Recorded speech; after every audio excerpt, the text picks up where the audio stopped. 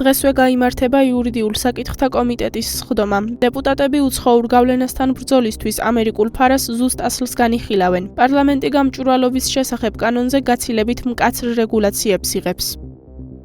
დავაინიციეთ ფარა, სწორედ ისეთი ფორმით, როგორიც არის წარმოდგენილი, მხოლოდ თარგმანი და რა თქმა უნდა, იცით თქვენ, რომ იყო გარკვეული ცდომილებები საქართველოს კონსტიტუციასთან, საქართველოს კანონმდებლობასთან, თუმცა დღეს იცით თქვენ, რომ დაწყება დაიწყება განხილვები და რა თქმა უნდა, ყველა შეუსაბამობა საქართველოს კანონმდებლობასთან სულად იქნება აღმოფხვრილი, თუმცა მთავარი არის ის, რომ ფარა მთელი თავისი რესურსებით, რასაც განსაზღვრავს ეს კანონი და როგორც ძლიერი კანონმდებლობა იქნება მიღებული ჩვენს ქვეყანაში და კიდევ უფრო უკეთ დავიცავთ ჩვენს ქვეყანას უცხოური გავლენებს. სამოქალაქო სექტორის გარკვეულმა ნაწილმა შეგნებულად არიდა თავი კანონის აღსრულებას, ისინი წავიდნენ ჯარიმებზე, იმისოთ, რომ გამჭვირვალედ არ მოხდარიყო ფინანსების ხარჯვა, რომელზეც ჩვენ მუდმივად საუბრობდით და ახლა მით უმეტეს, როცა უკვე თავად ამერიკული მხარე საუბრობს USAID-ის, NED-ის გამჭვირვალობაზე, სავარაუდო კორუფციულ ფაქტებზე და სხვა თემებზე, რა თქმა უნდა, ახლა გახდა კიდევ უფრო მნიშვნელოვანი, რომ დავისვათ ჩვენი ქვეყანა უცხოური გავლენებისგან.